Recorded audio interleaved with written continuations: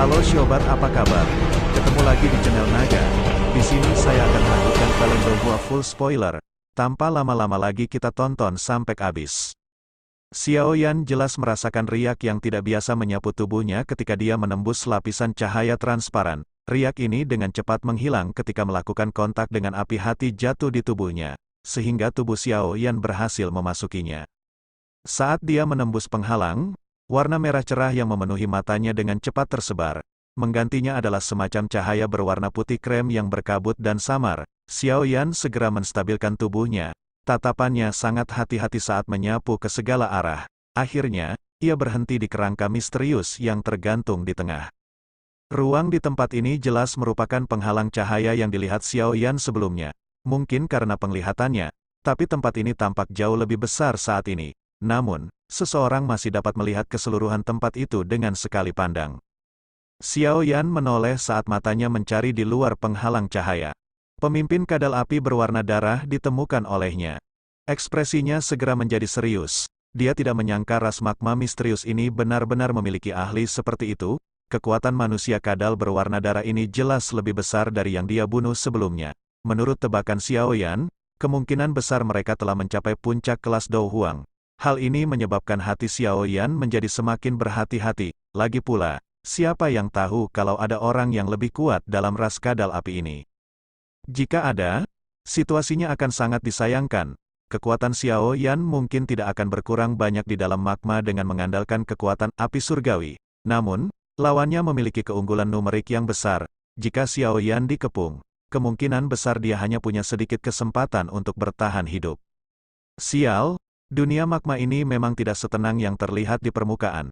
Xiao Yan mengatupkan giginya dan memarahi dengan lembut. Orang-orang kadal api yang berada di luar penghalang cahaya sepertinya tidak dapat merasakan lokasinya. Oleh karena itu, mereka berjalan ke atas dan ke bawah untuk beberapa saat sebelum menyebar ke segala arah di depan mata Xiao Yan.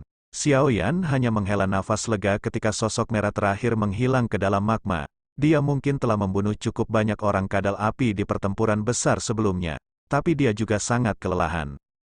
Tubuh Xiao Yan tergantung di ruang putih ini saat dia beristirahat sejenak. Hanya setelah beberapa dauki di dalam tubuhnya pulih barulah dia berdiri dan dengan hati-hati berjalan ke kerangka misterius itu. Saat dia mendekati kerangka misterius itu, Xiao Yan bisa merasakan perasaan pemanggilan di dalam hatinya menjadi semakin padat. Sekarang, dia akhirnya mengerti bahwa isyarat yang dia rasakan di atas magma berasal dari kerangka misterius ini atau api hati yang jatuh. Mata Xiao Yan tertuju pada kerangka misterius itu sedikit lebih lama sebelum tatapannya tanpa sadar tertuju pada api tak kasat mata pada kerangka itu. Api hati jatuh ini hanya sebesar kepala. Suhu yang dipancarkannya jauh lebih rendah daripada api hati jatuh di dalam tubuh Xiao Yan. Jika seseorang menggambarkan api hati jatuh di dalam tubuh Xiao Yan sebagai bentuk yang matang, api hati jatuh di depan Xiao Yan ini masih dalam tahap bayi. Tentu saja, terlepas dari apakah itu dalam tahap bayi atau dewasa, benda ini adalah api surgawi. Sangat sulit untuk membentuk api surgawi. Itu membutuhkan akumulasi waktu yang tak terhitung jumlahnya. Terlebih lagi, nyala api tak kasat mata yang tidak tampak ganas ini kemungkinan besar sudah ada sejak lama. Namun, Xiao Yan tidak tahu mengapa dua api surgawi yang sama akan muncul di tempat yang sama. Adegan misterius semacam ini adalah sesuatu yang belum pernah didengar Xiao Yan. Mata Xiao Yan terpaku pada api hati yang jatuh. Dia menghirup udara dalam-dalam. Bayi api surgawi semacam ini mungkin memiliki beberapa manfaat dari mantra api, tapi kemungkinan besar itu tidak akan terlalu bagus. Bagaimanapun, evolusi Flame Mantra membutuhkan energi yang cukup besar. Jelas sekali dari melihat benda kecil ini bahwa ia tidak memiliki energi yang diperlukan. Tangan Xiao Yan mengusap dagunya, dia merenung sejenak sebelum tangannya tiba-tiba berhenti.